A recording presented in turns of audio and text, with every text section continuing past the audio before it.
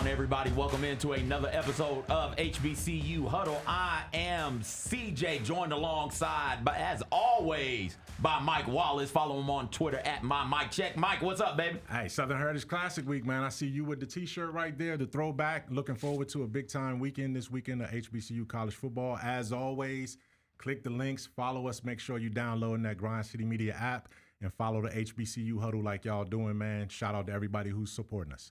Ronnie's here also, as always. What's going on, Ronnie? Yo, what's happening? It's gloomy outside, but I'm the ray of sunshine we all need this week. We got a great show for you guys. Mike brought it up. Southern Heritage Classic is this week. We'll talk some about that. We'll also, in our Pick Six, in honor of the Classic and the comedy show that is taking place, we will give our 6 favorite comedians of all time. We'll also be joined by new fashion correspondent. Can't wait for you guys to see who the new HBCU Huddle fashion correspondent is. We're going to be joined by him in the second segment. We'll have all of that plus so much more. But right now, it's time. Let's talk about it. HBCU Huddle Game of the Weekend is none other than the 36th Annual Southern Heritage Classic. Arkansas Pine Bluff taking on Alcorn State. Arkansas Pine Bluff's all-time record of 351, 460, and 44. They are currently 1-2. Notable alum LC Greenwood, 4-time Super Bowl champ. Huge piece of that Steel Curtain Steelers defense in the 70s. Sack Staubach 4 times. In that, I forget which Super Bowl it was, but got him 4 times in one of those early Super Bowls. Member of the Steelers Hall of Fame. Player to watch for Pine Bluff, Jalen Jennings. Leads the SWAC with 5 rushing touchdowns. Leads the SWAC in scoring. 6.9 yards per carry and 83 rushing yards per game. Over on the other side, Alcorn State sits there with an all-time record of 497, 389, and 38. Currently, though, they are 0-3. Notable alum Alex Haley, who is the 7th-generation descendant of Kunta Kinte. For those of you who don't know, player to watch, Stamarion Edwards, 23 tackles on the year from the linebacker position, a preseason first-team all-SWAC selection. Ronnie, you've been in Memphis your whole life. You're a native Memphian. Mike and I are adopted Memphians. We moved here with transplants, but you've been here your entire life. What role did the Classic play in your life as a Memphian, and how excited are you for this year's matchup? I mean, I'm super excited. Like, to see 2 SWAC schools come out, like, to Memphis and play is super exciting. But for the Southern Heritage Classic, like, bringing the entire Memphis together, like, it becomes the melting pot. Like, it's a representation of what the FedEx Forum is during the NBA season. Like, everybody comes together, have a good time. You got the tailgating, you got the libations going on. It's just a fun time. Everybody's there for a good time. So I'm super excited about this weekend. Mike, man. Yes, sir. How about you? You excited? I'm excited. I'm always excited. I know what that Classic means. We had Fred Jones in here last week to promote it. He's been here every single year that we've been on, talking about the wonderful things that the Classic brings to this city. But I will also say this, man. That was the very first HBCU Classic that I ever attended. I was a student at Grambling in '93. Oh. When Grambling, that was my freshman year, when Grambling came up here and played in the Southern Heritage Classic. And so to be there, that was my first time understanding what a neutral site HBCU environment truly looked like, man. And wonderful, wonderful time. And this is 36 years, CJ? Yeah, I do believe 36. 36 years, man. 36 years in the making, and hoping for a nice weather night and great festivities. Absolutely. Mike, these 2 teams in this Classic have combined for 1 win so far this year. Do you think either of them have a legit shot to be true contenders in their division in the SWAC West?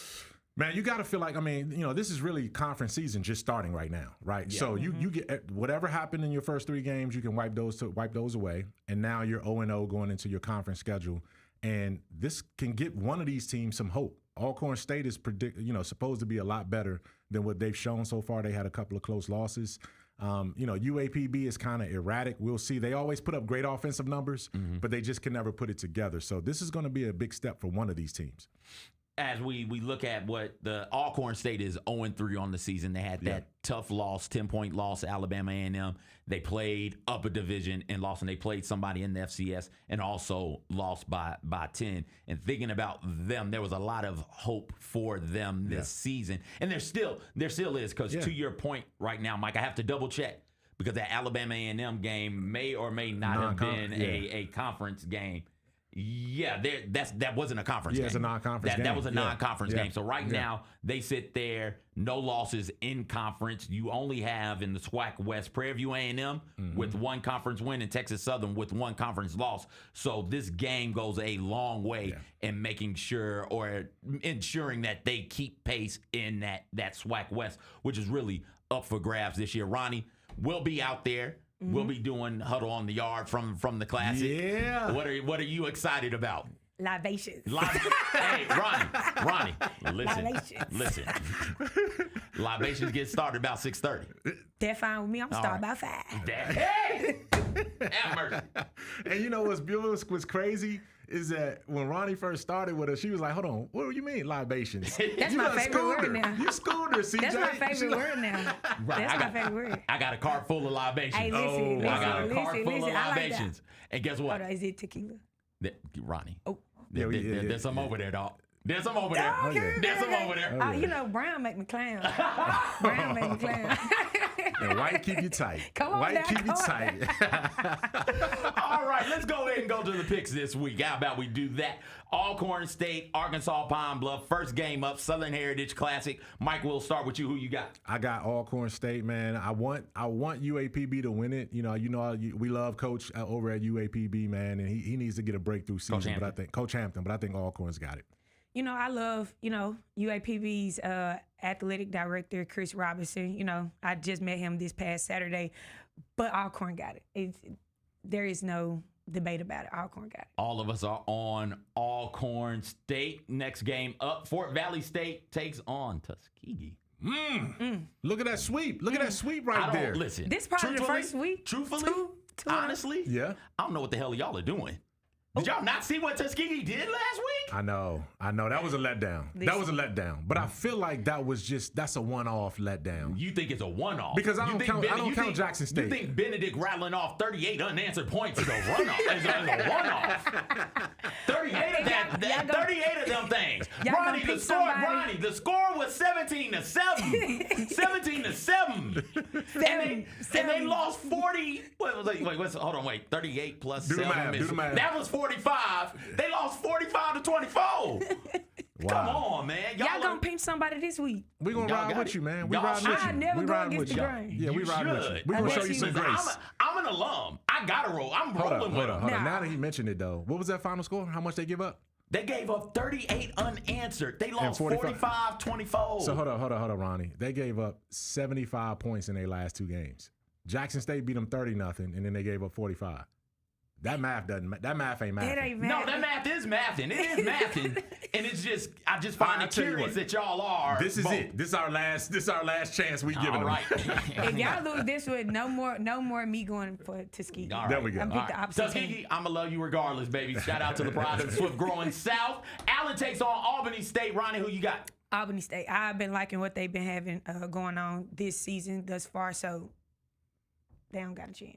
Sweep, another sweep Another right there. one. 3-team sweep right there. Quinn Gray, man, he went down to Tallahassee, Fort Hard, where Albany State came up short against FAMU, but now they get back to a like-minded opponent. I like Albany State. I am on Albany State as well. Virginia Union got a big-time win last week, bouncing back from that loss 2 weeks ago. They take on Shaw.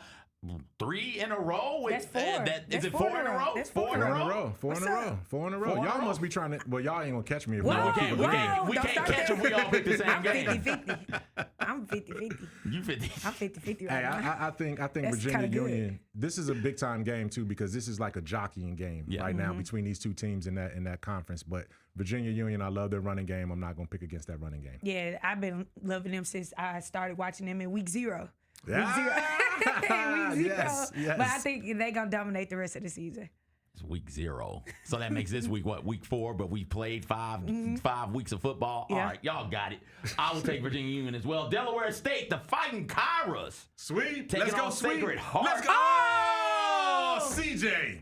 Come on, man. I thought I was the hater out of us 3. Caden Bennett, 6 rushing touchdowns, 4 passing touchdowns so far this season for Delaware State. I like them a lot. I like this team a lot. I just don't think they beat what's it called? Sacred Heart. You don't even. Where's Sacred Heart? Listen, Where is it? Why would you vote them? You just hating. You just mad because Kyra went on vacation last week. Listen, that might have played a little bit of role in it. She didn't bring me nothing back. Delaware State is 3-1. They're the most improved team. They've already surpassed their win total over the last 3 seasons. They have. Combined, they're winning on the road. Sacred Heart just barely got by Norfolk State last week at Norfolk. Now, man, Delaware State going to follow up, man, and do it. They're going to follow up and do it and get a big win on the road. I'll believe in them if they do this. All right. If they do this, I'll be myself a believer. All right. Fair enough. Fair enough. Kyra, we're riding with you, Kyra. I got you, Kyra. Y'all got it. Y'all got it. South Carolina State takes on Charleston Southern. Who you got? South Carolina. Oh. Everybody. Yeah, So again, I'm the oddball. Why? Listen, man, it is hard this time of the year to get a good gauge on who in the HBCU ranks are good and good enough to go out there and get this type of a win against a Charleston Southern team that is going to be pretty tough, pretty good as well. I think sometimes, unfortunately, the facts of the matter are what they are. HBCUs notoriously underfunded, which means their athletic departments are notoriously underfunded, which means that they aren't able to necessarily go out there and get the top tier of FCS athlete from time to time, prevents them from being deep enough to compete with some of their FCS peers. And so I will ride with Charleston Southern. But listen, I will be grinning ear to ear if South Carolina State wins, just like I'll be grinning ear to ear if Delaware State wins. You make a great point right there. There's only one issue, one thing I'll take with you or take away from you on that. Charleston Southern's 0-3. They're giving up points like Tuskegee. You know what I'm saying? So 75? South Carolina State, man, they've played the toughest teams that they're going to play. They played South Carolina. They've gone up into some hostile environments. This won't intimidate them. I think Chinnisbury gets his guys back, and they go take this victory right here. Alabama State, next game. They rolling on down. They take on FAMU. There we go. There everybody is. Alabama State, Andrew Body has 10 passing touchdowns on the season so far. That's 5th most in the FCS. His 253 passing yards per game is 11th most in the FCS. Defensively, they are still nasty out there. Coach Eddie Robinson Jr. does a tremendous job on that side of the ball. I'm rolling with Alabama State, Ronnie. Alabama State, Andrew Body.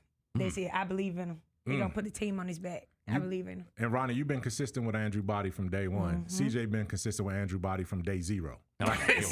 So I would say this, though. That is a trap game right there. They got to go down to Tallahassee to do it. FAMU just got the win last week. They've been eking by. This could be a game where FAMU gets their season right. I picked Alabama State, but I'm a little scared about this. I will believe. Don't be scared. I'm telling you, Alabama State, if they win this game, then they're legit contenders right here this year. Texas Southern and Mississippi Valley State face off this weekend as well. Who you got? It's on my chest. It's. Hold up. No, that's not right. Yeah, that's not right. Somebody Who's setting us up? Somebody else put MVSU. Absolutely, right here. Thank you. Right here. Yeah, it's right there. Yeah, them two. Change it. Yeah, Change it. We can't change it in real time though. We got a great graphic artist here, but they ain't that good. They can't change it in real time. Go ahead, Ronnie. You got the floor. Got it. What's up with you? What you mean? What's up with me? What has Texas Southern done? I mean, what has Valley done? It don't matter. What has Texas Southern done? What has Texas Southern? Beat Valley. I ain't finna start. All right, don't start. That game is at Mississippi Valley State. We finna take it. Both teams are struggling and trying to find their way, but I think Valley has shown a little bit more toughness. I like the fact that Coach Buckley is using Kobe Bryant and some other motivational things to get his team going right now. So we'll see if it works. Winner of this game will get their first win of the season. Grambling State takes on Prairie View A&M in Dallas, Mike. You ain't even got to start with me, man. You know how I feel about this game, CJ. I know how you feel. Every year I feel good. Every year I feel good about what we do the first 3 weeks, and then I say, damn it, we can't win at the Cotton Bowl Classic. Grambling, don't let me down, man. Y'all have been barely getting by these last 2 weeks, playing against lower level competition. This one better get right, man. We got to get right against Prairie View. This is going to be a big time, pivotal game for Grambling. I got to pick them, though. I've been always opposed against SWAC sexist schools, so I'm going with Grambling. I do apologize. They just got too much money out there, so I'm going with Grambling. I'm going with Prairie View A&M. Boo you. Needing overtime to beat Kentucky State. Yeah. Like that's concerning. We Yeah. know, but Okay. Yeah. But we like barely- Mike is in the lead, and so I got to catch him somehow, Ronnie. I got to catch him. And we barely got by East Texas A&M. Yeah. Some school. y'all been scraping by for real. man. Y'all been scraping by. I know. But this not gonna be a It nail was- biter. I believe in y'all. You barely got by. Wait, who did you barely? Yeah, East Texas A&M. East Texas and Kentucky State. Yeah. You're right. Yeah. Last game up, Jackson State takes on Southern. Statistically, JSU is a top 15 defense in the nation. Morgan may have a bit of a shorter leash this week. TC Taylor mentioned that he knows he's got to play better.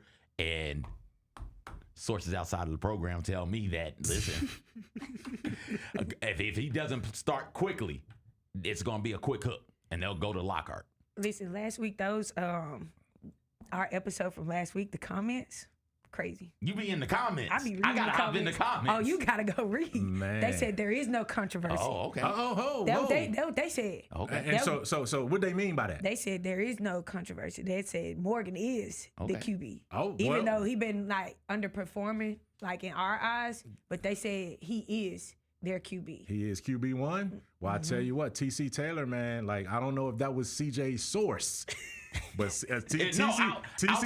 outside of the program. TC Taylor said it served him well to sit down and watch this young kid throw the ball. And the receivers love to see the ball thrown. And Jacobian has held the ball a lot. TC Taylor also said that he's been dealing with an injury, right? A little bit of an injury there. But you're right. This is if he doesn't come out and dominate, there could be a hook. But they've been recruiting so many wide receivers to not have Morgan not be able to throw the football. It's Ronnie. That means if they've got if you're telling me that there's And he's talent, a true freshman too. What's his name again? Lockhart. Lockhart's a true freshman. If you're telling me that the talent is there at the receiver position, then it's not the receivers that are slowing down the offense. It's something else. And so whomever that is what that is. We will see. But everybody, to the point, everybody's on Jackson State though, right? Yes. Southern is struggling big time. Yeah. Big time. I knew it after the Valley game. Y'all knew beat it. them. Y'all beat them. We We just did lost beat to them. them. We Y'all beat beat them. them and lost. We beat them in spirit. Yes. Y'all exposed them. Let's say it We like did. that. You We exposed did. them. Yep. We did. But before we get out of here, we got a quick video to highlight the Southern Heritage Classic. We'll do that, and then we'll go to break right here on HBCU Huddle and the Built for Tough Studios on Grind City Media.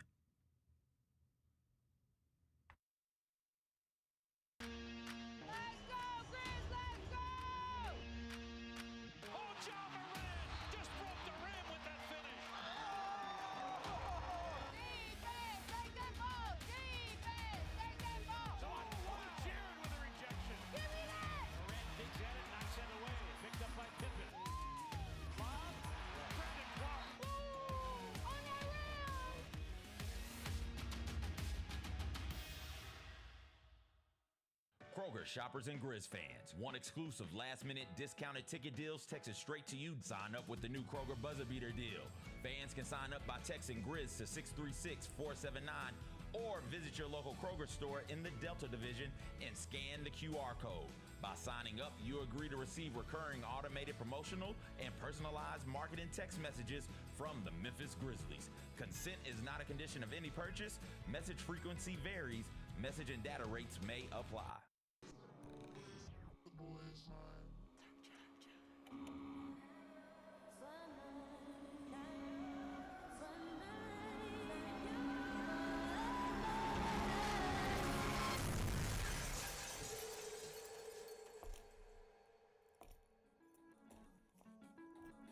You ready? I've been ready. What are we waiting for?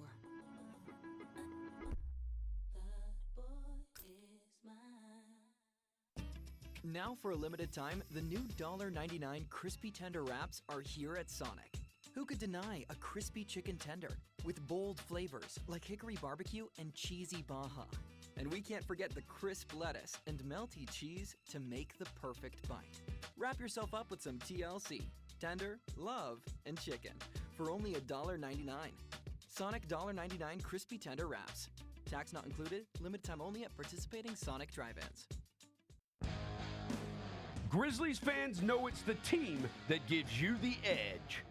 Big River Steel does too. And much like the Grizzlies have recruited legendary talent, we want you to be part of our team. Are you ready to be part of something legendary? Then visit www.bigriversteel.com. That's www.bigriversteel.com.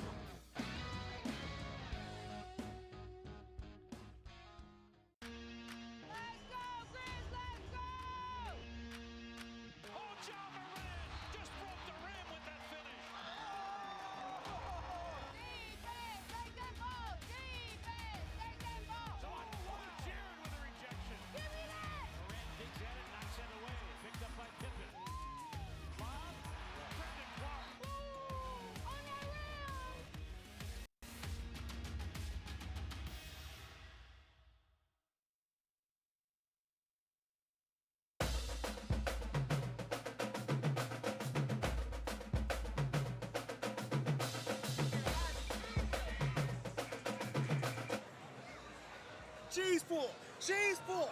That's how you know it's authentic right there, cheese full. I used to come every year, but I took a step back during the pandemic. But now that we got Arkansas Pine Bluff in here, this is a beautiful scenery. We have enjoyed this thing, and I'll be back. I'm here to have fun. I want to see UAPB with butt and bring the trophy back home to us. You know, I'm excited, man, extremely excited. Give me a score prediction. 27-14 TSU.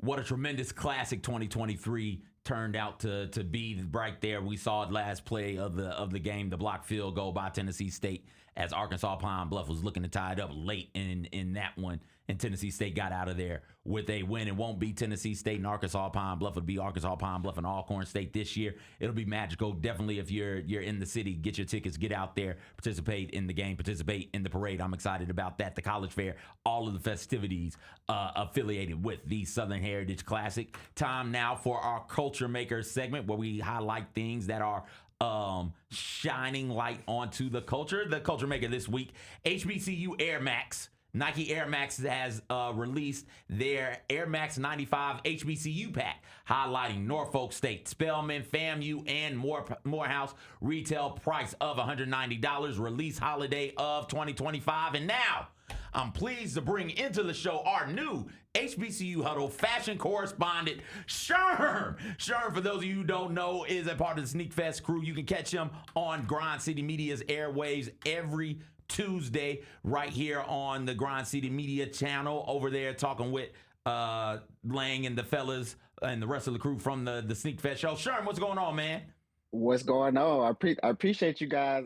I like this actual official title right there. I'm okay with that. I like that. I take that. What's up, Mike? What's up, Rick? Yes, sir. What's up, Sherm? Ronnie. How y'all doing? Hey, he did it too. He caught the CJ disease on that. He caught the CJ. It's something about Ricky and Ronnie, man. It's Ronnie. It's I know, new edition. I know, but it's too Sherman, close. we better than that. Don't do that. I'm sorry, my bad. You're No, right. you good. You're right. You That's my good. fault. That's my fault. Right, Sherm. what's up, Ronnie? What's going on? Sherm is also a proud up? HBCU grad. Sherm graduated from Miles, and so Sherm has come in here a time or two and graced us with his presence. Sherm, as our official fashion correspondent for the HBCU Huddle, you got to tell us what you think about these shoes, man. I'm actually not mad at that. I'm actually loving that these bigger brands like the Nike. We talked about Ralph Lauren a couple of weeks ago about this, and we've also seen some more like the Air Jordans and stuff that came out with the HBCU. I actually like these. Surprisingly, the Morehouse color is really a good color. The other ones, I see the colorways of the school, but I think the Morehouse one sticks out probably the best for me in all four of those releases. Sherm, I you know what? I'm first off, shout out to Nike for doing this. Adidas had a similar release a couple seasons ago when they aligned with their HBCU schools, and we've seen that as well too. Grambling is with Adidas. That's why you don't see the Grambling shoe up there. But I love that Norfolk State colorway though, man. Throw that it back Norfolk up for State us, one. Kyra. Yeah, that Norfolk State one is fire. I want to ask you Norfolk this State is though. good. I'm a fan of Air Max. I got Air Max. I got 2 pair of Air Max. Okay. But I like the swoosh Air Max more than those, man. Why did Nike kind of get away from the earlier Air Max, the Barkley type Air Max, and go to this? When you say the swoosh Air Max, you talking about like the Air Max ones, like the 90s? Yes. So Look, you looking look, at he flexing. Look at him flexing. Now he talking finna about pull it like- out. like Oh my $6 goodness.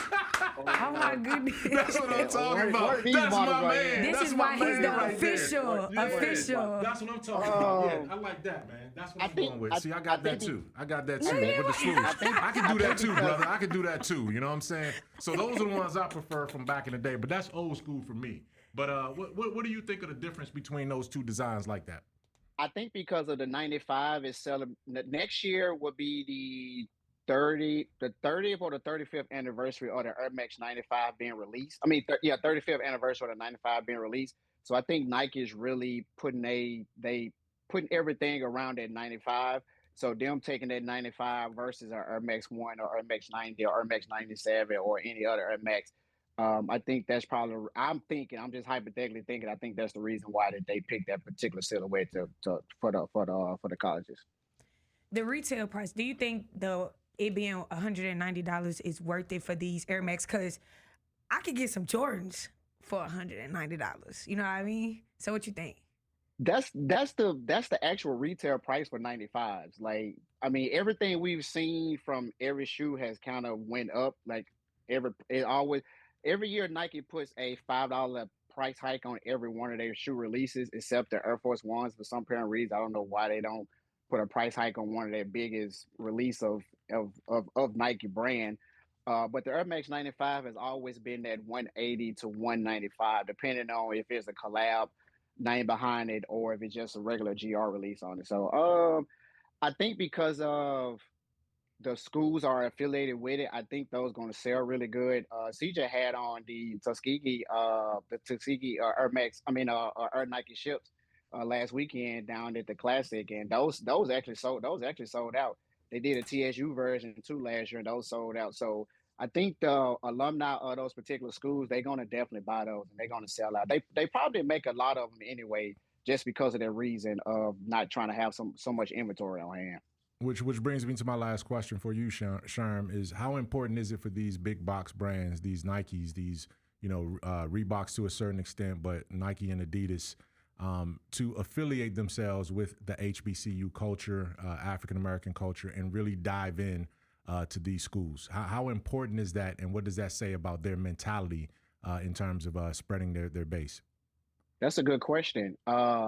I would say, me personally, because if you look at the consumer rate, and I know Nike is all about data, Reebok, all these shoe companies are all about data.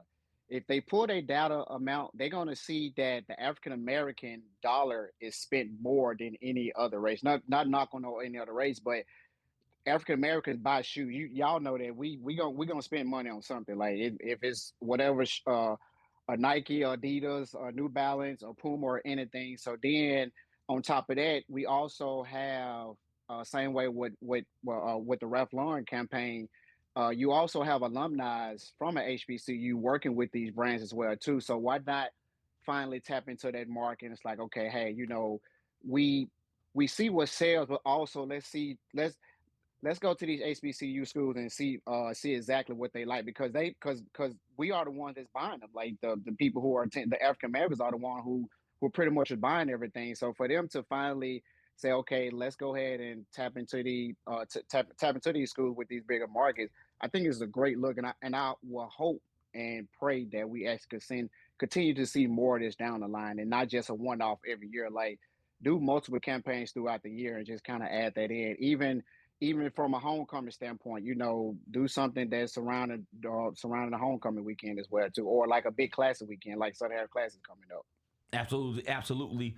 That's Sherm. Catch him every Tuesday right here on Grind City Media. He'll be on the Sneak Fest show Tuesdays at 2. He, Jerry, Adam, and Lane, Proud Miles alum. Sherm, we won't hold that against you. We appreciate it. Throw the third back up there. Put the third back up there for my guy. He's the official, Mike, the official fashion correspondent of the HBCU Huddle. I like that. I like that title. And to CJ and Mike and to run it. I am for the lobby to have this segment on here every week, so we can talk about some form of HBCU fashion. If what we can see what the players are rocking on the field, or what the coaches are rocking, or anything. So I'm for the lobby this particular segment. So let's see if we can add that in See there. some HBCU drill. Let's do it, man. See, that's how we do, man. that. You see how black folks do. We just hire ourselves. He just hired himself onto the show. You know what I'm saying? Sure, we appreciate it, man. Take care, baby. Appreciate y'all. Thank you.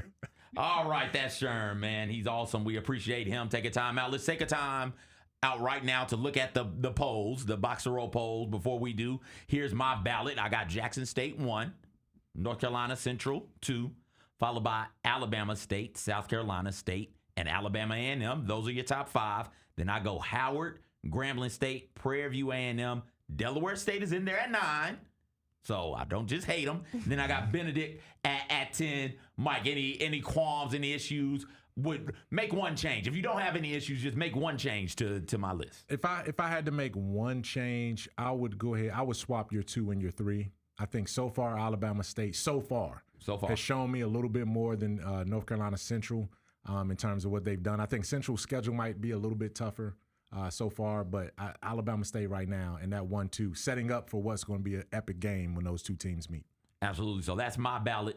And the official media poll, we got Jackson State 1, South Carolina State 2, Alabama State 3, North Carolina Central, Alabama A&M. So our top 5s are the same. Mm-hmm. And then they go Howard at 6, Delaware State at 7. Virginia Union comes back into the polls. They come in at number 8. Grambling is 9, and Prairie View A&M is 10. Ronnie, major takeaways from this? No Valley. But how did Benedict get in yours?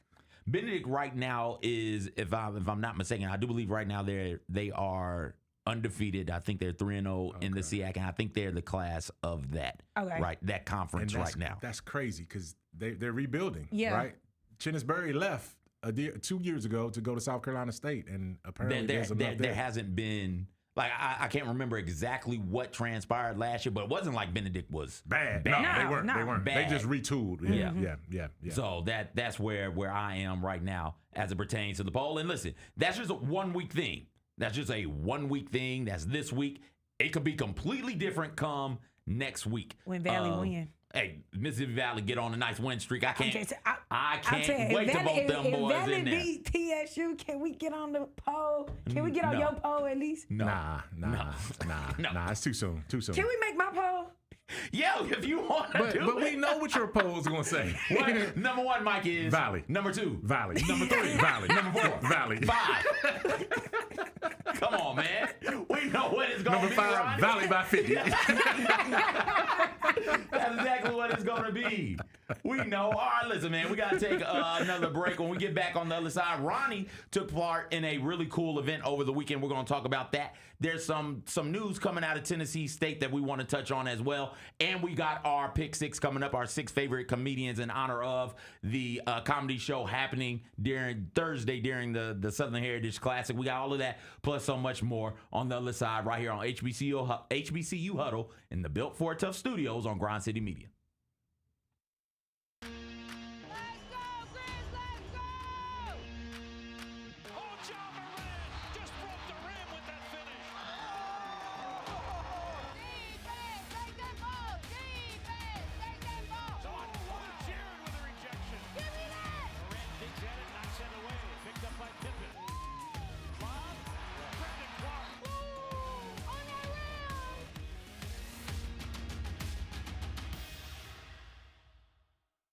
did they sell you on Memphis? Well, really I was really looking at the success that Memphis had, something I wanted to be a part of, and then the reputation Coach Silverfield and Coach Cramsey had as an OC, the things that he was able to do with Seth and the things that he's done in his career. I felt like that's something I wanted to be a part of, and I felt myself being able to excel in his offense. And also, I looked at the weapons around and everybody that I was going to be playing it with. The Chris Vernon Show, live on weekdays at noon on YouTube at Grind City Media and the official Grind City Media app.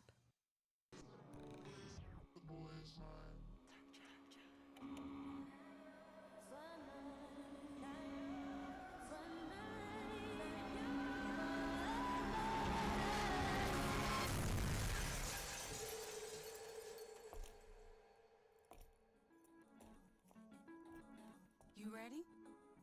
I've been ready. What are we waiting for?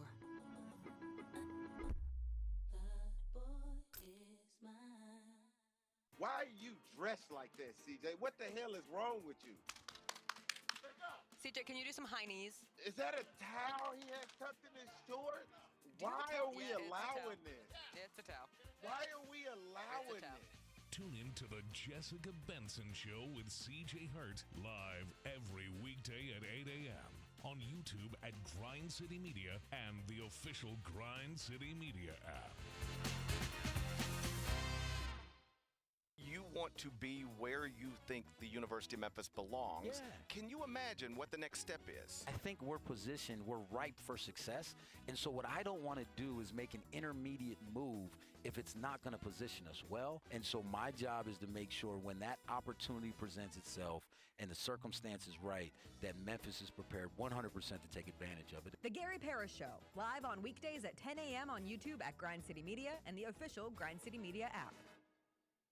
Let's go, Grizz, let's go! Oh, John Moran just broke the rim with that finish. Defense, take that ball! Defense, take that ball! So Jared with a rejection. Give me that! Moran digs at it, knocks it away. Picked up by Pippen. Bob, Brandon Clark. Ooh, on that rim!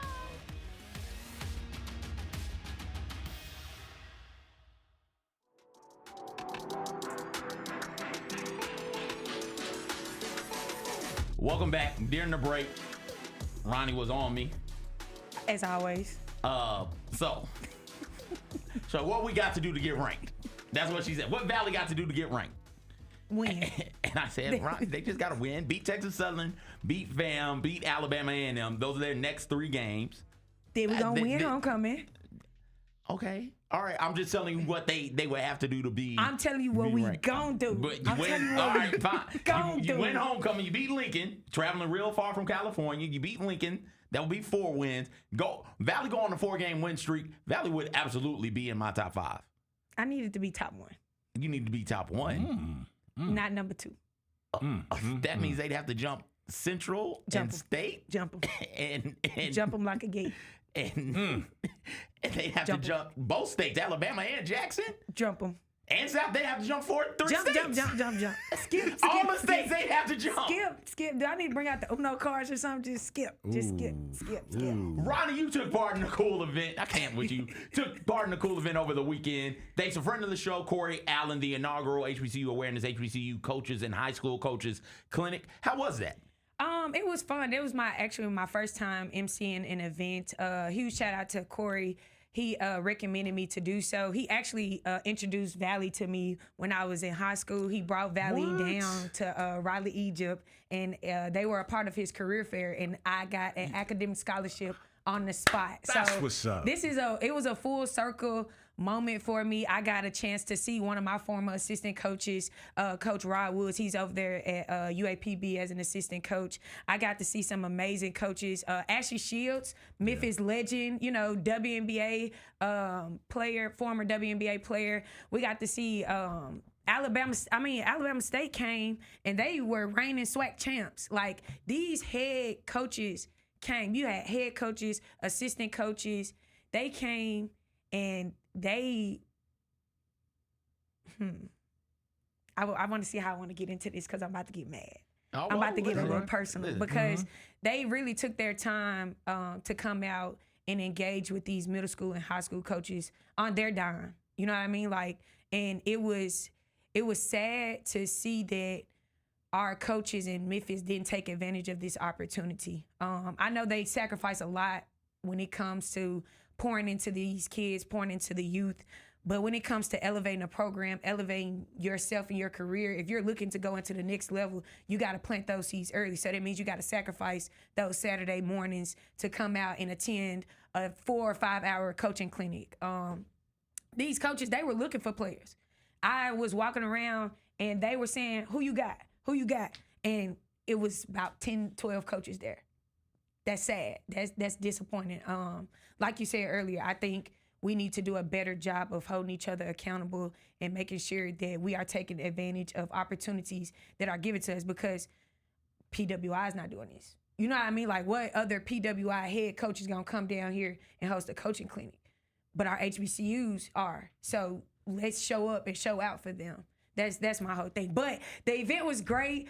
We ate some good food. I was recording a lot of videos that I'm going to use for my camps. So I'm super excited. I took down notes. I networked. You know, I might, step into the collegiate side soon, Man, baby. you going to leave us? No. Okay. She HBCU Huddle for life. I'm planting seeds. I'm doing my due diligence. Like, he brought them out there. I'm going to make sure that I use those connections. I use those resources here on out. And if I could say this real quick, man, HBCU Awareness Foundation, Corey Allen is the director and the founder of that.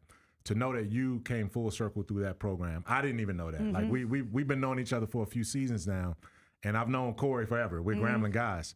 But to see a product in you, and that, you're a remarkable testament to what his work and that foundation has done. And I'll also say, yes, he called me Friday, and he was like, man, I'm smoking these butts right now to feed the people who come into to Saturday. So he was excited that you were going to host it. He told me about that a little while back.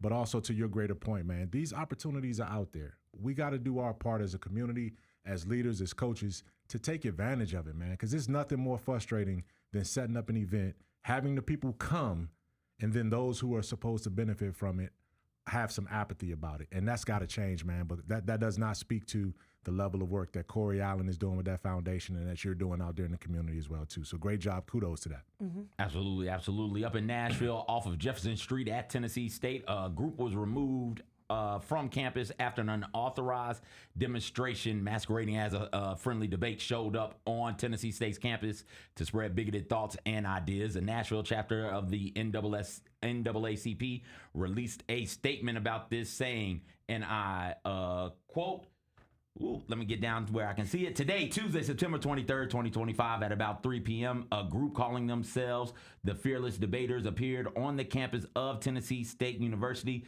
They wore Make America Great Again hats and carried posters bearing, inflammatory messages such as deport all illegals now and DEI should be illegal. They attempted to draw students into conversations centered on these messages, which was framed as a debate, but functioned as provocation. Mm-hmm. And the statement goes on from there. Mike, you sent this in. I think we all saw it in this day and age. There are people who appear on college campuses now, appearing to be the debaters, but in actuality, they are insiders. They are people who are just there to antagonize, get clips for social media, go viral on social media, and that's how they make their money. When you first saw the I'm assuming did you see the video or did you see the article first? No, I saw the article first, then I went back and then you went back and saw the video. So as you're reading this article, what's going through your mind? And then when you saw the video, what did you think? Well, the first thing I thought was campus safety, man. And whether you're at a HBCU campus or any campus, and it's been happening more and more, specifically in the state of Tennessee, man. UT Chat had an issue a couple weeks ago. We've seen something that happened at Tennessee State this week, and we're bringing it up on the HBCU Huddle right now. We have to make our campuses safe because it's a short line. It's a thin line between debating, provocation, and then outright assaulting and being in someone, putting harm in these kids' way. So safety is number one, man. So Tennessee State responded quickly enough, and they were able to dispel what was going on there. But the next thing I thought about, and that's the reason why I wanted to bring this to the show, is, we have to be prepared to engage with people who totally disagree with us, because civil disobedience has been happening on college campuses for decades. The civil rights movement started on college campuses. You even look contemporarily to the last 10 years, what's going on the Gaza Strip, Hamas and everything that's going on in Israel. Those were brought to United States college campuses, and you're seeing campuses being ripped apart because of these kind of protests. And now it's coming to HBCU campuses because of the attack on diversity, equity, and inclusion, and the rollbacks and everything we're seeing that are just fundamentally and historically unfair. But we have to be prepared to not only respond, but respond the right way. And that's the one thing I want our campuses to understand, is that don't run from it. If you feel safe, engage, you have to be able to defend yourself and defend your thoughts. And if you're educated enough to do that, then I think you're going to be fine. But it's a different world right now that we're in. To piggyback off what Mike was saying, to my HBCU students, do not allow them to trick you out your spot. Like he said, if you feel safe enough to have those conversations because it's needed. You know, one conversation can change somebody's mindset. I believe in that. However, next. Don't talk to him.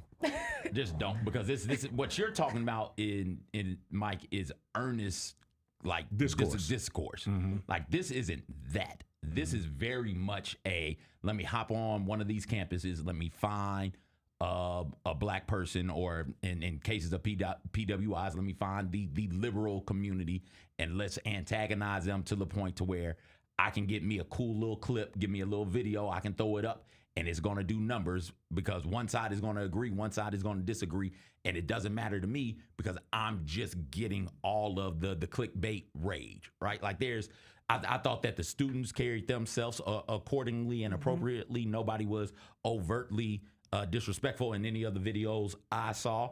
I think that Tennessee State, once they found out what was going on, they handled it swiftly, and I appreciate them for getting out there and taking care of that and finding any reason to get that off of their campus. So I applaud them as well for that. There have been some social media. I follow a bunch of different HBCU accounts, so forgive me for not getting the one correct. I tried to find it and I just could not find the right one, but they went through, and there's a picture of two of the men on campus with their acts. Like, there's a poster that says, got an NDEI or whatever, send illegal immigrants back, or send all immigrants back where they come from. And then there's another poster with all of their acts.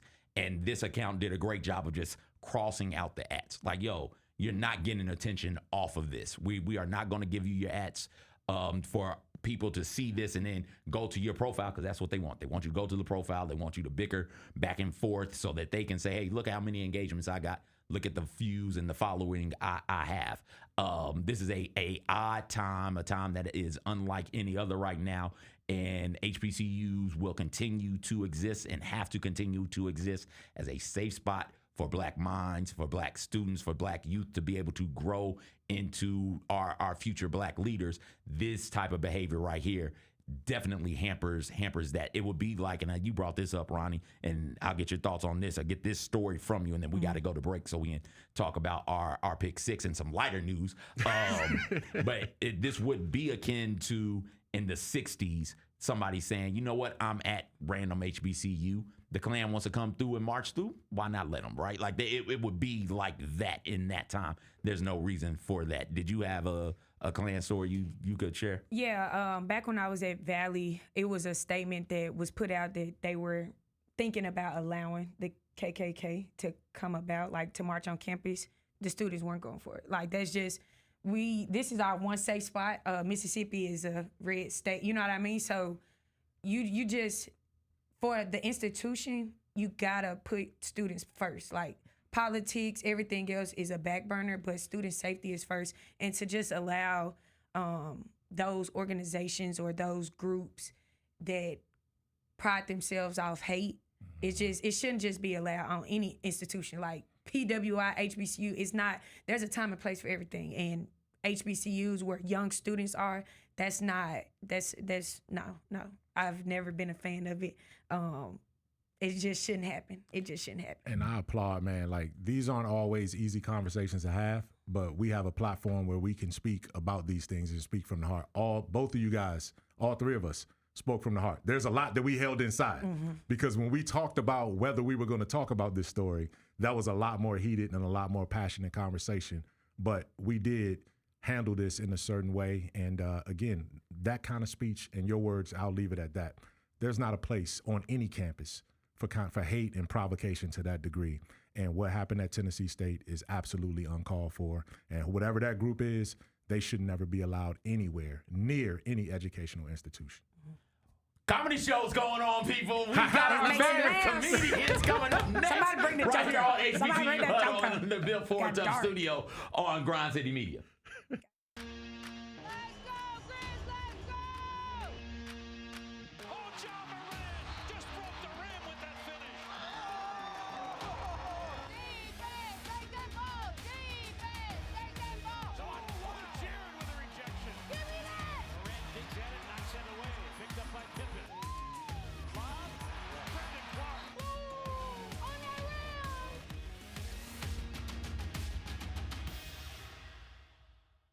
Who do you go to learn still? Like, who are you looking to for inspiration? A couple years ago, I went and visited, even though he's younger than me, but we've got great admiration for one another. Went and visited Dan Lanning out at Oregon, right? A young head coach who's had some success. Mike Norvell may not have had the season he wanted in the past. We can still get on the phone and talk about things, right? Tune in to the Jessica Benson Show with CJ Hurt, live every weekday at 8 a.m. on YouTube at Grind City Media and the official Grind City Media app.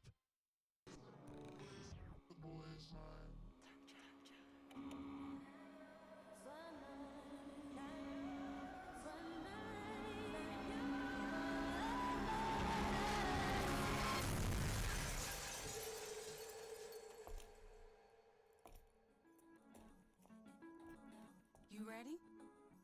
I've been ready. What are we waiting for?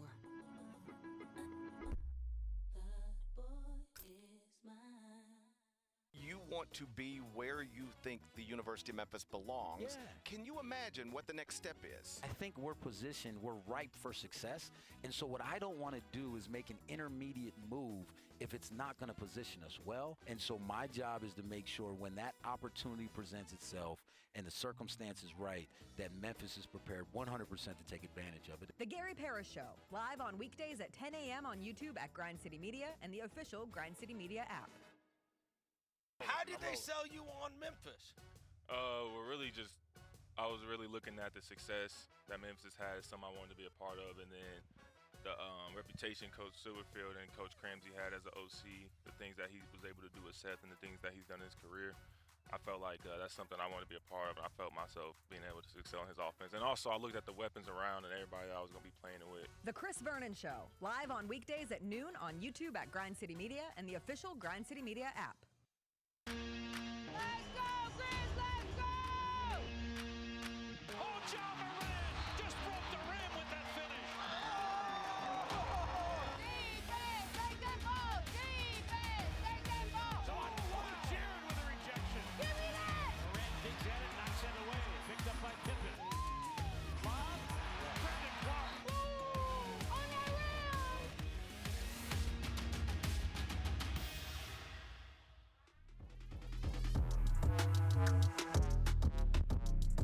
Welcome back. We were talking during break before we get to our pick six. Mike reminded me of something.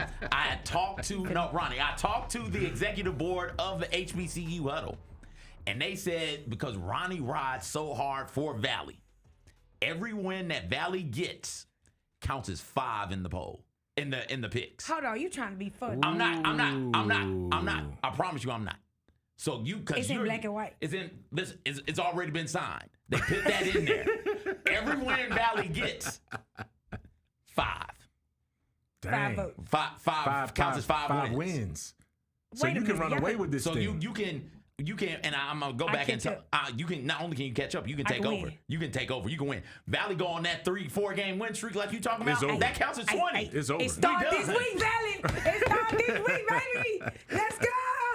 The Southern Heritage Classic Comedy Show is happening today, Thursday. It features Bruce, Cheryl Underwood, Jammin' J. Lamont, and Ambrose Jones. It might not be today, depending on when you're listening to this, but it's going on, and it got us to thinking about some of our favorite comedians, and that is this week's Pick 6. I'll go first. Roy Wood Jr. for me comes in at number 6, followed by some more of my favorite Comic View hosts of all time. Cat Williams has 2 of my favorite comedy stand-up specials of all time, Pimp Chronicles and It's Pimpin'. The Tiger in the Zoo joke is incredible. I love that joke so very, very much. Wanda Sykes is number 3 for me. I love everything Wanda Sykes is in. I love her stand-up. She is in a show called The Upshaws right now. It is incredible. You should watch it. If you're not, it's on Netflix. Bernie Mac is up there. The way he makes the mundane funny. Just average, everyday problems seem funny. I love it, from dating and marriage to raising kids. I love everything about it. And then Dave Chappelle for me is number 1. Mike, what say you?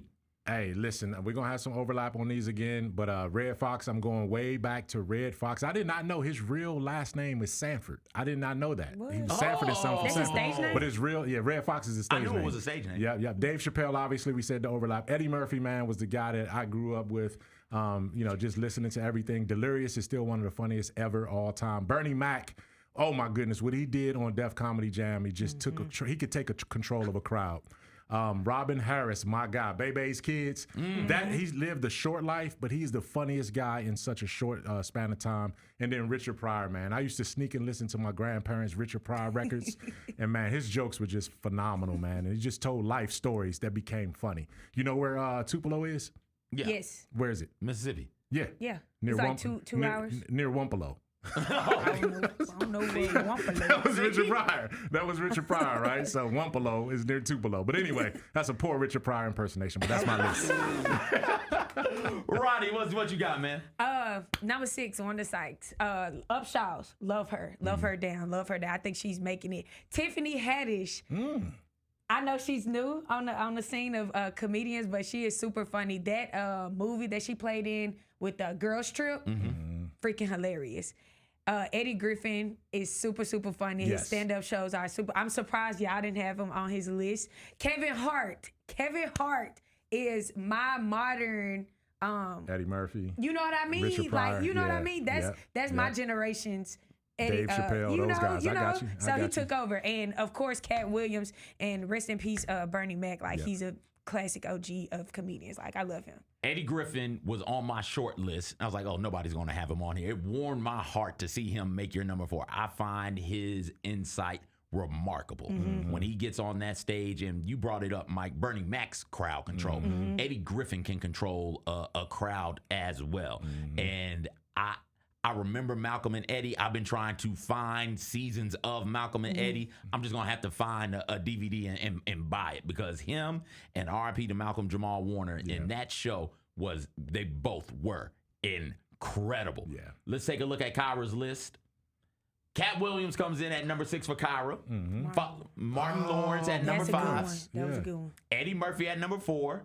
Wanda Sykes, everybody, we three of us have one Wanda Sykes, and I didn't think Wanda Sykes was going to hit on 3 of ours, but that's that good. That warms my heart. Bernie Mac is on everybody's list. Gotta be. And so number 2 for Kyra, and then Kevin Hart comes in at number 1.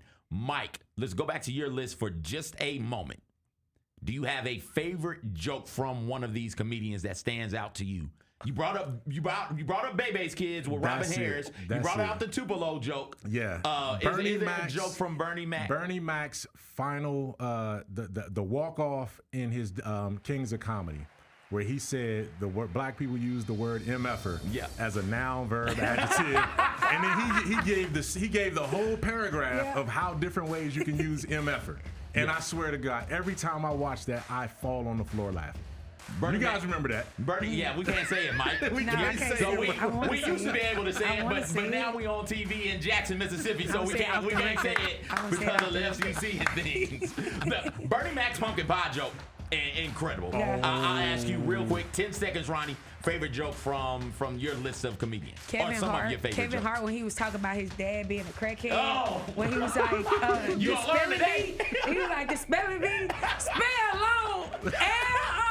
That was just too funny.